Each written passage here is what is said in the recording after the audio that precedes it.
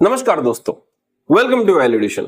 दोस्तों, वैल्यूएशन के आज के इस एपिसोड में एक ऐसा वीडियो मैं आपके लिए लाया हूं जहां पर मैं आपको बताऊंगा कि रिटायरमेंट के बाद एक बढ़ती हुई इनकम आप किस तरह से जनरेट कर सकते हैं। अब दोस्तों, जब मैं बोल रहा हूं कि बढ़ती हुई इनकम मतलब कि इंक्रीमेंटल इनकम, तो ये कंसेप्ट आपके लिए बहुत इंपॉर्टेंट हो जाता है।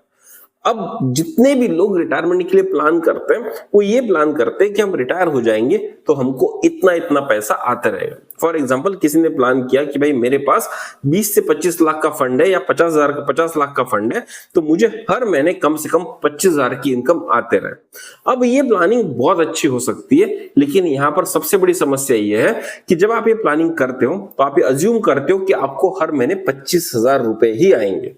अब होता यह है कि स्टार्टिंग में ये 25,000 रुपए आपको सफिशिएंट हो जाएंगे, लेकिन जैसे समय बढ़ते जाएगा, जैसे महंगाई बढ़ती जाएगी, इन्फ्लेशन उसमें ऐड होते जाएगा, तो ये 25,000 रुपए आपको कम पड़ने लगेंगे। तब आपको लगेगा कि अगर मैंने कुछ इस तरह से प्लानिंग की होती कि मेरी इनकम ओवर अ पीरियड धीरे धीरे बढ़ते जाती, तो शायद मैं महंगाई को बीट करते जाता। और इसी के लिए दोस्तों, एक कंसेप्ट फाइनेंस की दुनिया में चलता है जिसको कहते हैं वेल एंड बकेट कंसेप्ट। अब दोस्तों, ये जो वेल एंड बकेट स्ट्रेटेजी अगर आप लगाएंगे तो आप ये इंश्योर कर सकते हैं कि आपकी इनकम थोड़े थोड़े रूटीन पीरियड्स के बाद में बढ़ती जाए और महंगाई को बीट करती जाए और आपको कभी भी महंगाई का झटका ना लगने दे। अब इसको यूज कैसे करना है उसका दोस्तों डिटेल एक्सप्लेनेशन आज के इस वीडियो में मैं आपके सामने रखने वाला हूं, by showing you an Excel sheet, by showing you an examples कि किस तरह से आप एक्चुअली यहां पर सही तरह से इन्वेस्ट करते करते आप इस स्ट्रेटेजी को यूज कर सकते हो और अपने लिए एक रेगुलर इंक्रीमेंटल इनकम सोर्स यहां पर जनरेट कर सकते हो। तो आज का ये वीडियो आपके लिए बहुत इंपॉर्टेंट होने वाला है, इसको बिल्कुल भी मत स्किप कीजिएगा। एक एक मिनट आपको इस वीडियो का देखना चाहिए, आखिर तक देखना चाहिए, और मैं प्रूफ के साथ दोस्तों आपको बताऊंगा कि ये स्ट्रेटेजी आपके लिए वर्क कर सकती है अगर आप सही तरह से इसका प्लानिंग कर सके, आप इसको सही तरह से अडॉप्ट कर सके। तो दोस्तों चलिए शुरू करते आज का ये वीडियो, जहां पर हम सीखेंगे कि रिटायरमेंट के बाद में किस तरह से इंक्रीमेंटल इनकम जनरेट की जा सकती है।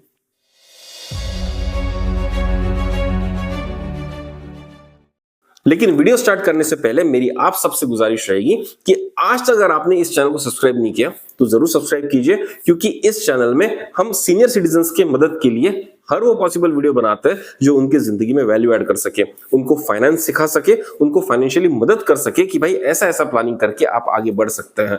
हम दोस्तों यहाँ पर हायर पेंशन को कवर करते हैं, हम पीएफ से रिलेटेड चीजें कवर करते हैं, हम फाइनेंशियल प्लानिंग को कवर करते हैं और हर वो इंफॉर्मेशन आपके लिए लाते हैं जो आपको मदद कर सके रिटायरमेंट के बाद की एक बेहतरीन जिंदगी जीने के लिए या रिटायरमेंट को प्लान करने के लिए। तो दोस्तों, ये वीडियो आपके फायदे के लिए बनाए, ये चैनल आपके फायदे का चैनल है, तो आपने इसको सब्सक्राइब जरूर करना चाहिए। आज तक अगर आपने चैनल को सब्सक्राइब नहीं किया तो जरूर सब्सक्राइब कीजिए। तो आइए दोस्तों, और समय ना गवाते हुए शुरू करते आज का हमारा वीडियो।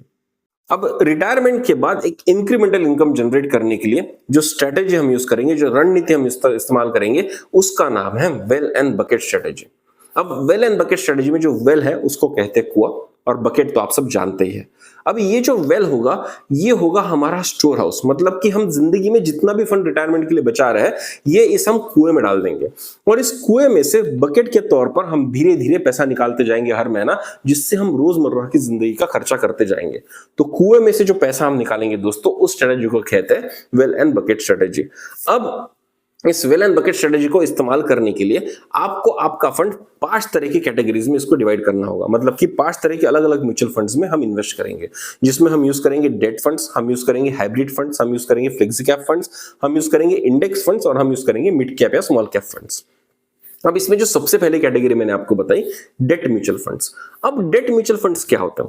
डेट म्यूचुअल फंड्स दोस्तों एफडी का सिनोनिमस है, मतलब कि जो फिक्स डिपॉजिट करते हैं उसी की तरह का एक कैटेगरी का म्यूचुअल फंड होता है। अब डेट म्यूचुअल फंड में जब आप पैसा लगाते हैं तो जो फंड मैनेजर होता है उसको या तो एफडीज में इन्वेस्ट करता है, या तो गवर्नमेंट सिक्योरिटीज में इन्वेस्ट करता है, या तो उसको कॉर्पोरेट बॉन्ड में इन्वेस्ट करता है, या सोने या सोवरेन गोल्ड बॉन्ड में इन्वेस्ट करता है। अब ये सारे इन्वेस्टमेंट बहुत सेफ माने जाते हैं, इसीलिए दोस्तों इनका जो आइडियल रिटर्न होता है वो 8 से 9% का होता है, लेकिन हम जब कैलकुलेट करेंगे तो हम इसको कंजर्वेटिवली सिर्फ और सिर्फ 6% लेकर चलेंगे। हम ऐसा मानेंगे कि जो एफडीज के रेट आज चल रहे हैं उसी के हिसाब से आपको पैसा मिलेंगे, तभी दोस्तों जो कैलकुलेशन मैं आपको दिखाऊंगा ये बहुत रियलिस्टिक लगेंगे। उसी के हिसाब से जो हाइब्रिड फंड्स होते हैं वो क्या होते हैं, वो थोड़ा सा पैसा शेयर्स में डालते हैं, कुछ पैसा बॉन्ड्स में डालते हैं, कुछ पैसा सोने में डालते हैं और कुछ पैसा गवर्नमेंट सिक्योरिटीज में डालते हैं। और इसीलिए दोस्तों ये डेट फंड के कंपैरिजन में थोड़े से एग्रेसिव माने जाते हैं, थोड़े से रिस्की माने जाते हैं और इसलिए इनका रिटर्न भी थोड़ा सा ज्यादा आता है। आइडियली अगर आप मार्केट में देखेंगे तो इसका जो रिटर्न आता है 10 से 14% का आता है। और जब मैं आपको बता रहा हूं कि आइडियली इतना रिटर्न आता है तो मैं आपको प्रूफ के साथ बताऊंगा। मैंने गूगल से डेटा निकाल के आपको स्क्रीनशॉट यहां पर दिखा रहा हूं मैं, और तभी मैं आपको बता रहा हूं कि यहां पर ऑन एन एवरेज इतना रिटर्न आ जाता है। लेकिन फिर भी हम जब इसका कैलकुलेशन करेंगे तो बहुत कंजर्वेटिवली, बहुत कम लेकर करेंगे। जो तीसरे तरह का फंड हम यूज करने वाले हैं वो होता है flexi cap fund. Flexi cap fund दोस्तों क्या होता है, ये एक्चुअली पूरा शेयर्स में जाता है। लेकिन शेयर्स में जो 3 कैटेगरी होती है, बड़ी कंपनी, मीडियम कंपनी, छोटी company, large cap, mid cap, small cap, इसमें अलग अलग तरह से दोस्तों यहां पर पैसा इन्वेस्ट करता है। क्योंकि ये शेयर्स में इन्वेस्ट होता है, इसमें थोड़ा सा रिस्क और बढ़ जाता है, लेकिन इसका रिटर्न भी थोड़ा थोड़ा और बढ़ जाता है। आइडियली अगर इंडिया के जो अच्छे फ्लेक्सी कैप फंड्स है वो आपको 13.5% से लेकर 26% तक का दोस्तों रिटर्न यहां पर सालाना देते आ रहे हैं। और मैं जब रिटर्न की बात कर रहा हूं तो ये 5 से 10 साल का पीरियड बोल रहा हूं। जब आप लॉन्ग टर्म पे इन्वेस्ट करते हो म्यूचुअल फंड्स में तो जो रिटर्न आता है वो, शॉर्ट टर्म में दोस्तों म्यूचुअल फंड नीचे जाते रहते हैं, ऊपर आते रहते हैं, मार्केट क्रैश होते रहता है। लेकिन लॉन्ग टर्म में अगर आप देखेंगे इंडियन इकोनॉमी बढ़ते जा रही है और मार्केट बढ़ते जा रहा है। अगर कोरोना के वक्त देखेंगे तो मार्केट जो था, मतलब निफ्टी 50 जो था, जो मार्केट का इंडेक्स माना जाता है, वो था मात्र 8,000 रुपए पे। लेकिन आज जो है वो मार्केट चल रहा है 24,000 रुपए। 12,000 से गिरा 8,000 पे और 8 से आया 24,000 रुपए। तो market over a long period दोस्तों ग्रोथ मोड में ही रहता है हमेशा। और इसीलिए जब आप लॉन्ग टर्म में किसी फंड का परफॉर्मेंस देखेंगे तो आपको पता चलेगा फ्लेक्सी कैप फंड जो है वो आपको 13.5% से तकरीबन 26% तक का रिटर्न दे सकता है। लेकिन इसका भी जब हम कैलकुलेशन करेंगे तो मिनिमम बेसिक वैल्यू पर कैलकुलेशन करके देखेंगे। जो चौथा फंड होगा वो होगा इंडेक्स फंड। मतलब कि दोस्तों भारत की जितनी भी कंपनीज है उनको कैटेगराइज किया large cap, mid cap, small cap में, और उनका खुद का एक इंडेक्स होता है। समझ लीजिए 200 मिड कैप कंपनीज को लेके एक इंडेक्स बनाया गया, 300 स्मॉल कैप कंपनीज को बना के एक इंडेक्स बनाया गया। तो हम उन छोटी छोटी कंपनीज में इन्वेस्ट नहीं करेंगे, हम उनका जो इंडेक्स है, ओवरऑल जो सेक्टर की ग्रोथ होगी उसमें दोस्तों हम इन्वेस्ट करेंगे। अब जनरली ऐसा देखा गया कि ये जो फंड्स होते हैं इनका 17 to 20% का दोस्तों ऑन एन एवरेज रिटर्न आता है।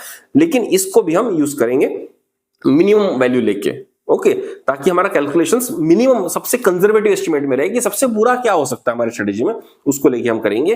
और जो लास्ट कैटेगरी होगी दोस्तों फंड की वो होगी मिड कैप या स्मॉल कैप फंड की, जहां पर छोटी और मीडियम कंपनीज में ही दोस्तों हम पैसा डालेंगे और यहां से हम धीरे धीरे पैसा निकालते रहेंगे। और मिड कैप और स्मॉल कैप दोस्तों तकरीबन अगर आप देखेंगे 20 से 25% सालाना ग्रोथ देता है अगर आप 10 साल का हॉरिजॉन देखेंगे तो। लेकिन यहां पर भी दोस्तों हम कंजर्वेटिव मोड लेके चलेंगे।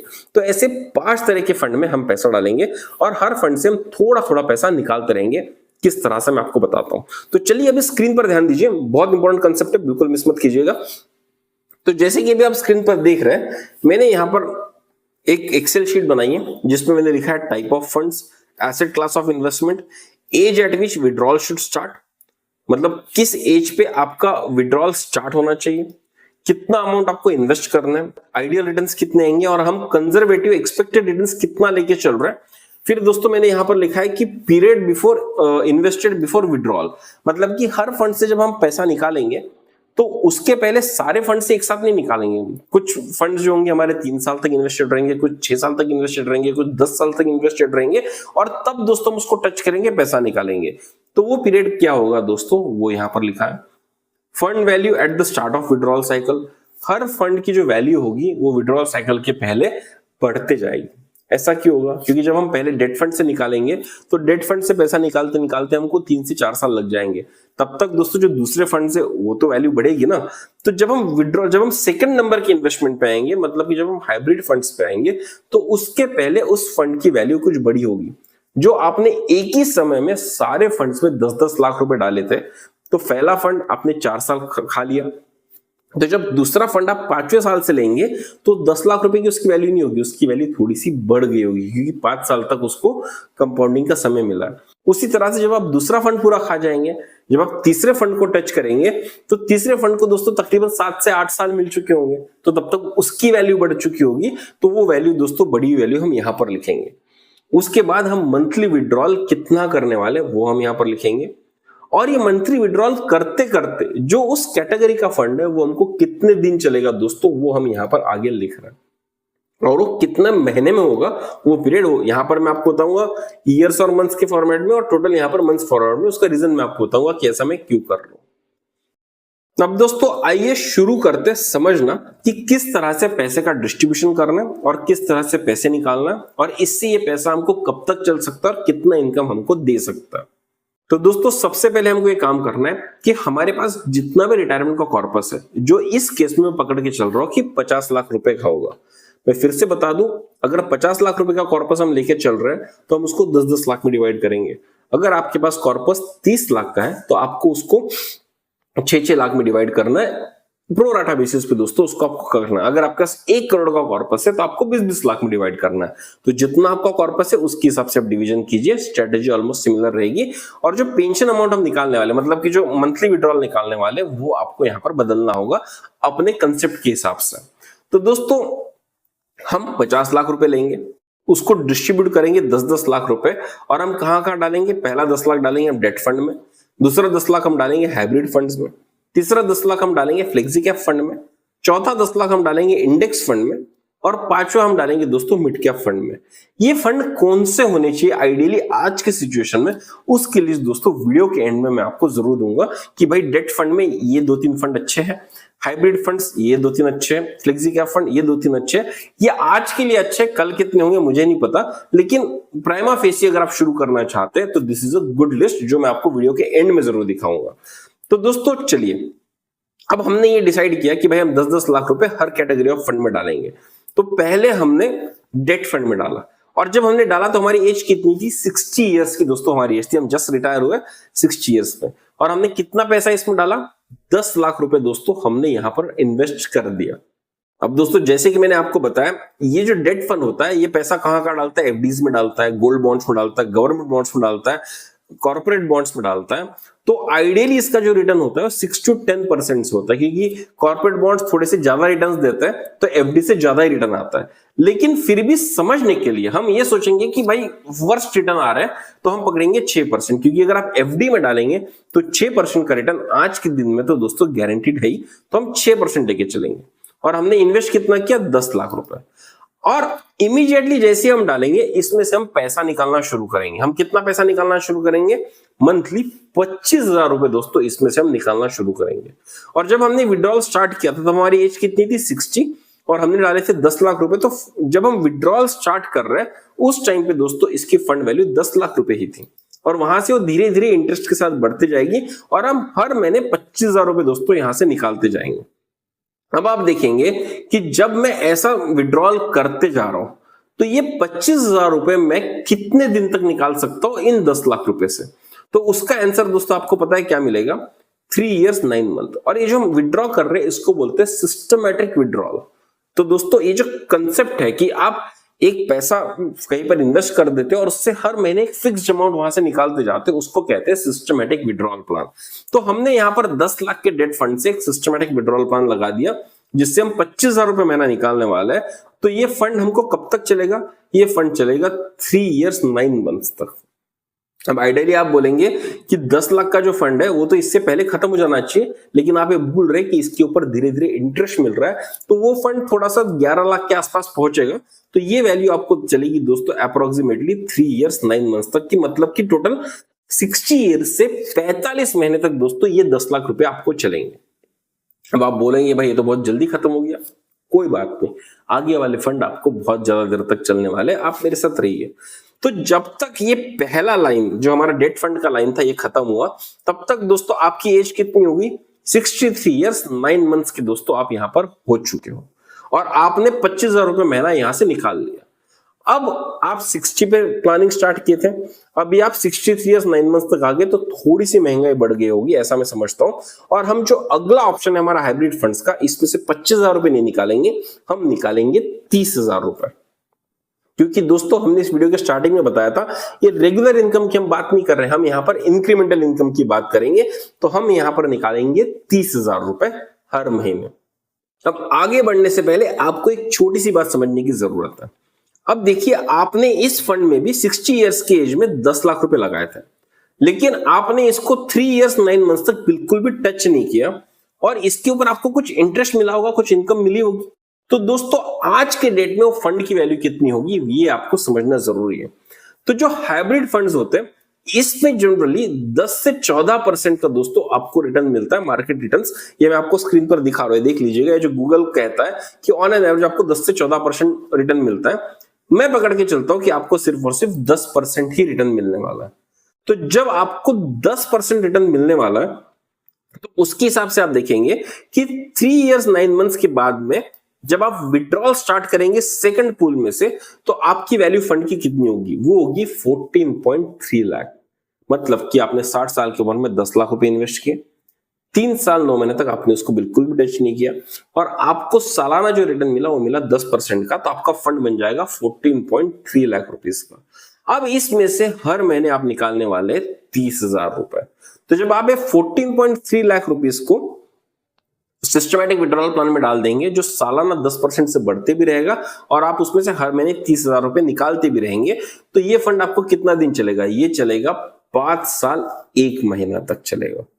मतलब कि तकरीबन 61 मंथ्स ये चलेगा। अब दोस्तों 61 मंथ्स तक चलेगा का मतलब क्या होता है? जब तक आप 68 इयर्स 10 मंथ्स की एज हासिल करेंगे तब तक ये जो ऊपर के 2 फंड्स है ये आपको सस्टेन कर सकते हैं यहां पर। और पहले आपको 3 साल 9 महीने इसने 25,000 रुपए का इनकम दिया, बाद में अगले 5 साल 1 महीने इसने आपको 30,000 का इनकम दिया। अब चलिए आते हैं नेक्स्ट कैटेगरी में। नेक्स्ट कैटेगरी दोस्तों, आपने 60 साल की एज में इन्वेस्ट किया था 10 लाख रुपए इन फ्लेक्सी कैप फंड्स। अब जो फ्लेक्सी कैप फंड्स होते हैं दोस्तों, इसमें जनरली रिटर्न 13.5% से 26% का मार्केट में आता है। अगेन आपके सामने गूगल का स्क्रीनशॉट मैंने रखा हुआ है कि जो आपको दे सकता है, या किसी फंड्स के मैं आपको यहां पर दिखा रहा हूँ कि जो आपको रिटर्न आइडियली आ सकते हैं। जो अच्छे फंड होते हैं वो आपको इतना रिटर्न देते हैं, लेकिन हम पकड़ के चलेंगे कि इतने ज्यादा रिटर्न हमको नहीं आते, क्योंकि बहुत लोग बोलेंगे तुम तो अनरियलिस्टिक रिटर्न्स लेके चलते हो, इतने मिलते नहीं मार्केट में।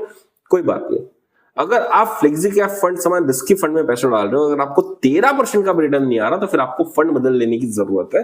जनरली मार्केट में 13% का आपको फ्लेक्सी कैप में रिटर्न आ जाएगा। अब ये जो 10 लाख रुपए आपने 13% की रेट से बढ़ा रहे थे फ्लेक्सी कैप में, ये कितने महीने तक दोस्तों आपने बढ़ाया? ये बढ़ाया आपने ऑलमोस्ट 106 महीने तक। मतलब कि 8 साल 10 महीने तक दोस्तों आपने इस फंड को टच नहीं किया, इसको पूरी तरह से आपने बढ़ने दिया। 60 पे डाला था और आप टच कर रहे हैं 68 इयर्स 10 मंथ्स की एज में। मतलब कि 106 महीना दोस्तों ये बढ़ा।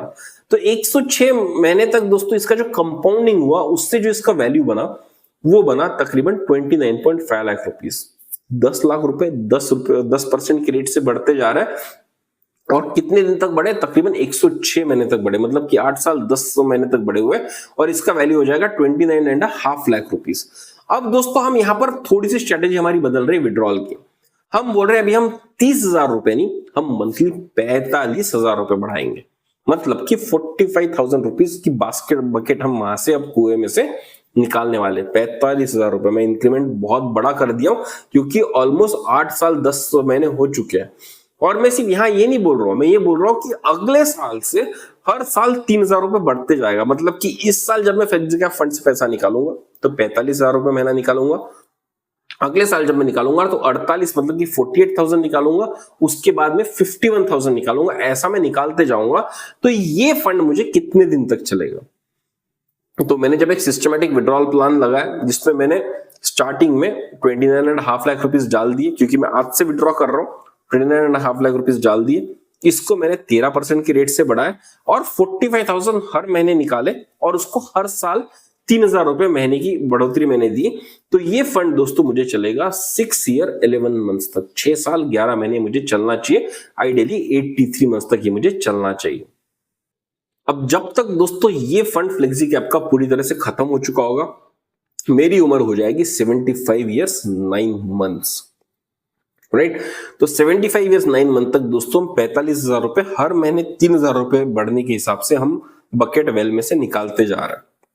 अब हो सकता है आपको यहां पर थोड़ी चीजें अनरियलिस्टिक दिखेंगी, तो दोस्तों मैं ऑलरेडी कंजर्वेटिव अप्रोच ले रहा हूं, लेकिन मैं आपको इसके बाद एक्स्ट्रा कंजर्वेटिव मोड में भी आपको बताऊंगा कि भाई अगर हम रिटर्न्स को और भी कम कर दे तो भी दोस्तों ये पैसा कितने साल तक चल सकता है।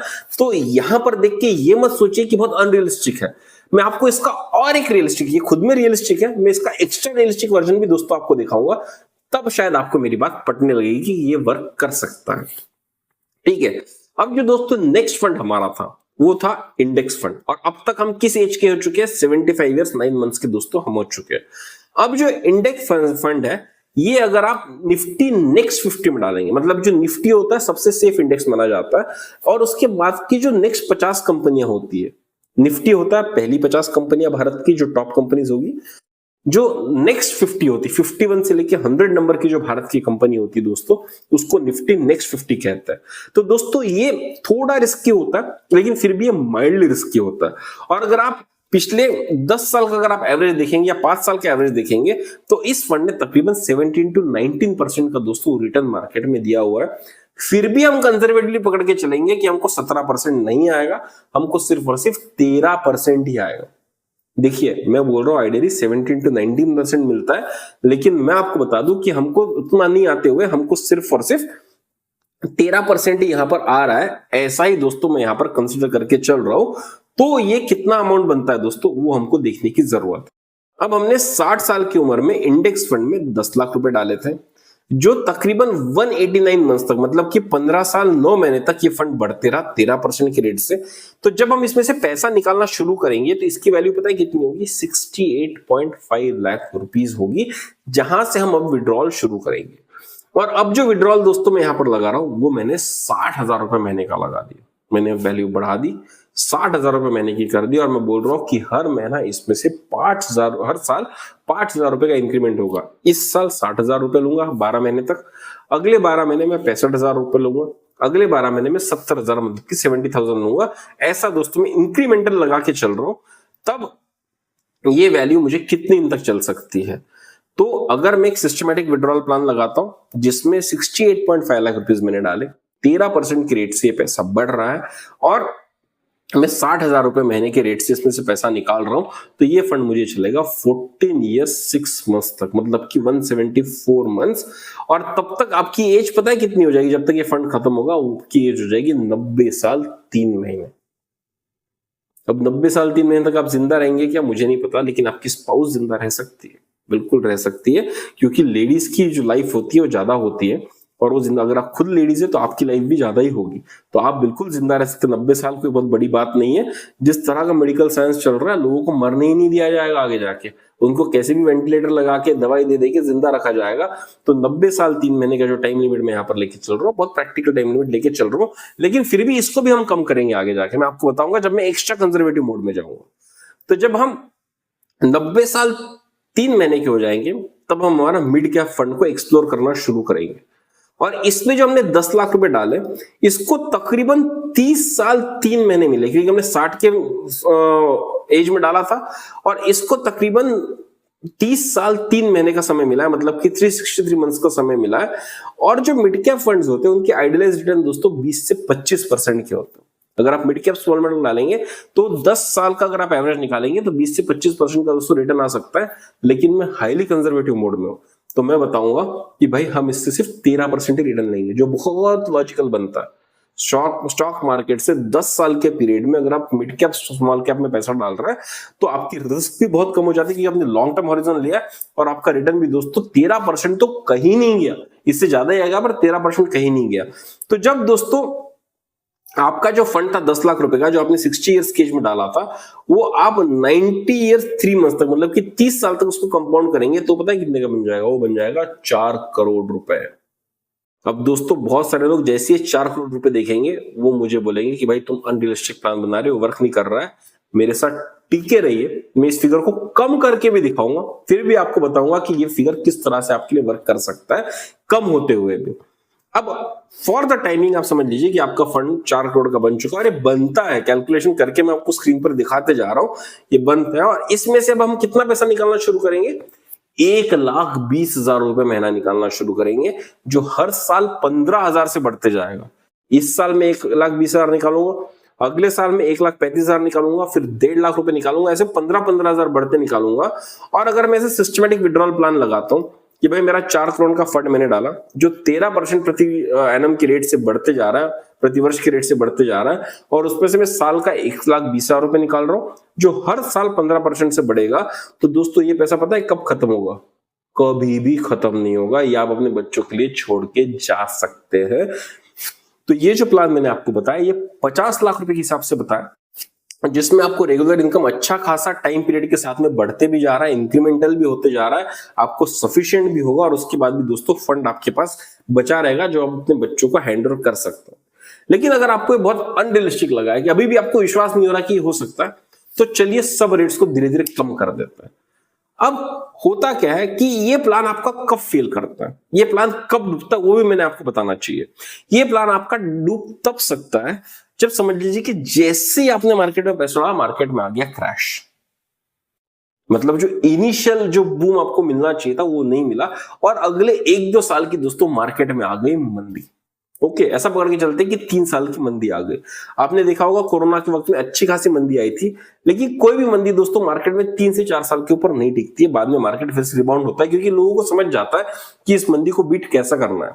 तो हम पकड़ के चलते कि 3 से 4 साल तक मंदी रहेगी। इनफैक्ट मैं तो पकड़ के चलूंगा कि 6 साल तक मंदी रहेगी, तो भी दोस्तों किस तरह से आपका ये फंड वर्क कर सकता है। अब तो आप मानेंगे कि मैं बहुत रियलिस्टिक एस्टिमेट ले रहा हूं कि भाई मार्केट क्रैशेस होंगे, और अभी तक आपको जितनी भी चीजें मैंने बड़े बड़े फिगर्स बताए थे, 4 करोड़ के फिगर्स बताए थे, मैंने आपको 10 से 12, 30 साल के हॉरिजॉन में बताए थे।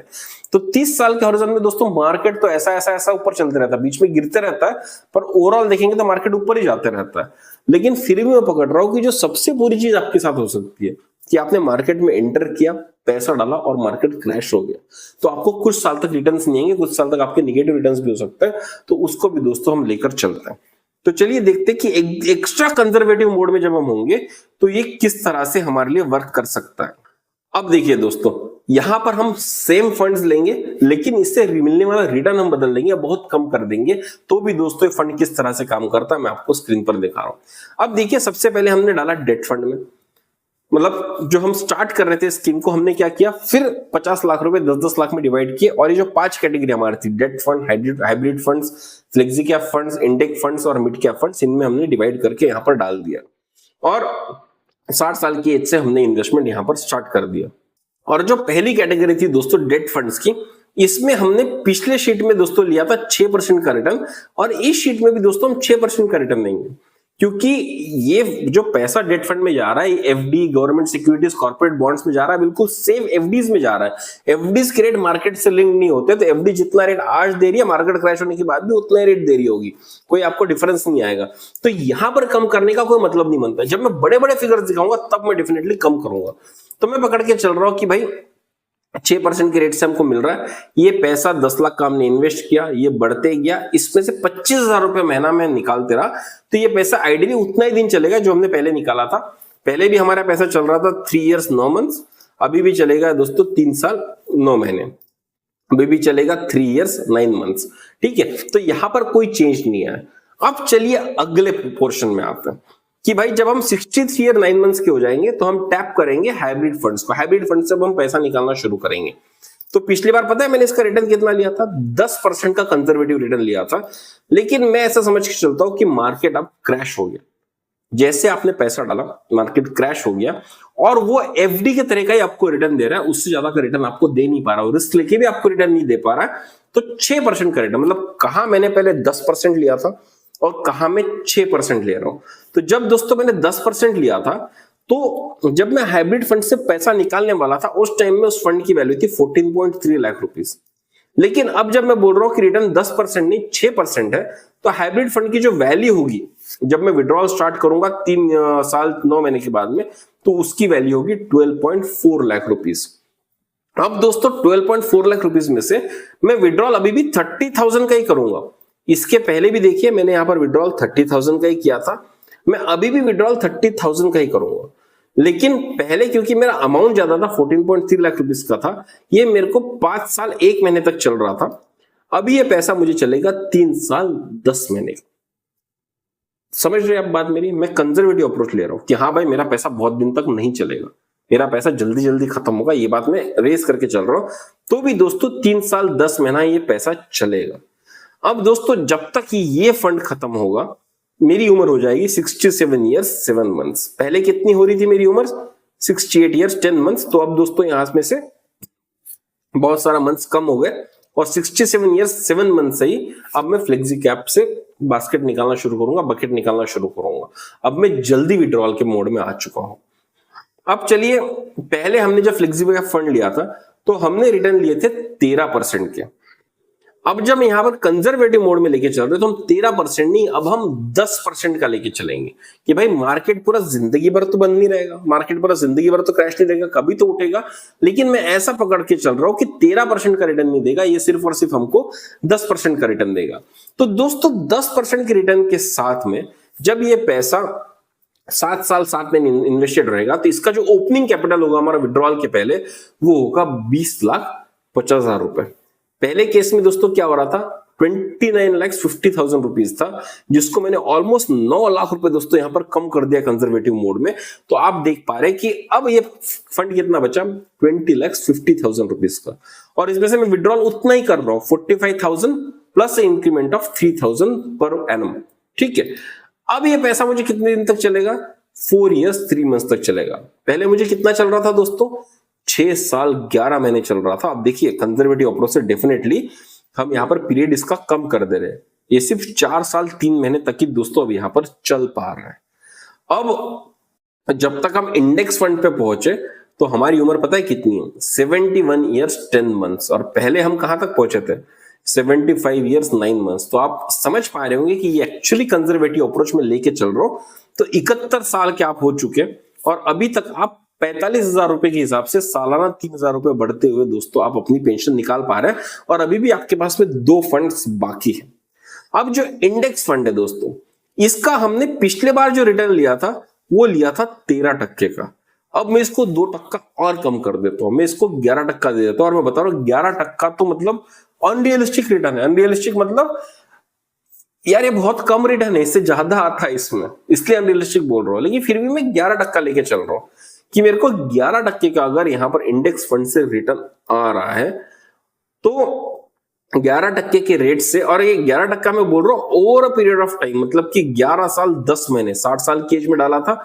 अब मैं जब इसको टैप कर रहा हूं तो 71 ईयर्स 10 मंथ्स का हो चुका हूं, तो 11 साल 10 महीने में इसकी जो वैल्यू बनी वो बनी 34.4 लाख रुपीस, जबकि लास्ट टाइम हमने इसकी वैल्यू पता है कितनी लेके चली थी, 68.5 लाख रुपीस। मतलब मैं इसको आधा कर दिया। अब इससे ज्यादा क्या ही कंजर्वेटिव अप्रोच लूंगा, इससे ज्यादा क्या ही दिवालिया अप्रोच लेके मैं चलूंगा, मैंने इस फंड को आधा कर दिया। तो 34.4 लाख रुपीस में से जब आप सालाना 60,000 रुपए, देखिए मैं फंड वैल्यू कम करते आ रहा हूं लेकिन मैं विड्रॉल वैल्यू बिल्कुल भी कम नहीं कर रहा हूं, ये बात आपने यहां पर अप्रिशिएट करनी चाहिए। जब मैं रियलिस्टिक अप्रोच बता रहा हूं, फंड वैल्यू हम कम करते जा रहे हैं कि भाई हमारा जो पैसा बढ़ेगा कम हो, लेकिन हमारी जरूरत नहीं कम होगी, हमारी जरूरत उतनी रहेगी। हमको जरूरत पहले भी 60,000 की थी तो अभी भी 60,000 की रहेगी, और हर महीने 5,000 से बढ़ेगा। तो दोस्तों पता है ये फंड हमको कितना चलेगा, ये फंड चलेगा 5 साल 4 महीने हमको चलेगा। पहले दोस्तों ये फंड पता है हमको कितना चल रहा था, क्योंकि ये 68.5 लाख का फंड था, ये चल रहा था 14 ईयर्स 6 मंथ्स तक चल रहा था, लेकिन अब ये सिर्फ और सिर्फ 5 साल 4 महीने हमको चलेगा। तो दोस्तों हमारा जो एज है वो अब कितना हो जाएगा, वो हो जाएगा 77 ईयर्स 2 मंथ्स। अभी तक दोस्तों 77 ईयर्स 2 मंथ्स के हो चुके हैं, और आप राजा की तरह विड्रॉल निकाल रहे हैं। पहले आपने 25 निकाला, फिर आपने 30 निकाला, फिर आपने 45 निकाला, फिर आपने 60 निकाला, जो हर साल 5-5 हजार बढ़ते जा रहा है। तो जब तक आपका ये पीरियड खत्म होगा तो तकरीबन 5 साल का पीरियड चला जाएगा, मतलब कि तकरीबन आप 80-85 हजार रुपए दोस्तों यहां से महीने का निकाल रहे होंगे। तो भी दोस्तों 77 ईयर्स 2 मंथ्स तक आपको ये फंड चल रहा है। अब जो लास्ट कैटेगरी हमारे बची थी, जो आखिरी बास्केट, आखिरी कुआ हमारा बचा हुआ मिड कैप फंड्स का, ये हमने अज्यूम किया था पहले कि भाई ये 13% से बढ़ेगा, जबकि इसके आइडियल रिटर्न 20 से 25% के होते, तब भी मैंने कंजर्वेटिव अप्रोच 13% का लिया था। मैं इसमें 1% और कम अप कर देता हूं। तो दोस्तों जब अब ये कंपाउंडिंग का पीरियड, इसको पहले पता है कितना मिल रहा था, 30 साल का, मतलब कि 90 साल की एज थी हमारी, 30 साल का मिल रहा था, लेकिन अब इसको सिर्फ और सिर्फ 17 साल 2 महीने का पीरियड मिल रहा है। तो ये पता है पैसा कितना बन जाएगा, जब तक आप इसको टच नहीं करेंगे, विड्रॉ नहीं करेंगे, तब तक ये पैसा बन जाएगा तकरीबन 70 लाख रुपए बन जाएगा। और दोस्तों पहले कितना बन रहा था, 4 करोड़ रुपए। तो अब आप बोलेंगे कि भाई 4 करोड़ का पहले का फिगर अगर अनरियलिस्टिक था, तो भाई 70 लाख तो रियलिस्टिक हो सकता है। एक्स्ट्रा कंजर्वेटिव अप्रोच में चल रहा हूं, 70 लाख होगा। अब इसमें से मेरी जरूरत कम नहीं होगी, मैंने पहले भी 1,20,000 रुपए निकाले थे, मैं आज भी 1,20,000 रुपए निकालूंगा और महीने के 15,000 रुपए दोस्तों मैं यहाँ पर साल के 15,000 रुपए पेंशन में मेरे बढ़ाते जाऊंगा विड्रॉल में। तो ये पैसा मुझे कितने दिन तक चलेगा? ये पैसा चलेगा 5 years 3 months तक। अब दोस्तों जब तक आपकी एज मतलब ये आपका फंड पूरी तरह से खत्म हो गया, आपने जो 50 लाख रुपए लगाए थे अब वो पूरी तरह से खत्म हो चुके हैं, तो आपकी एज होगी 82 years 5 months। This is the fund and age. आपने जो फंड लगाया था अल्ट्रा कंजर्वेटिव मोड में गए और यहां पर खत्म हो गया और आपकी जो एज थी वो है 82 years 5 months।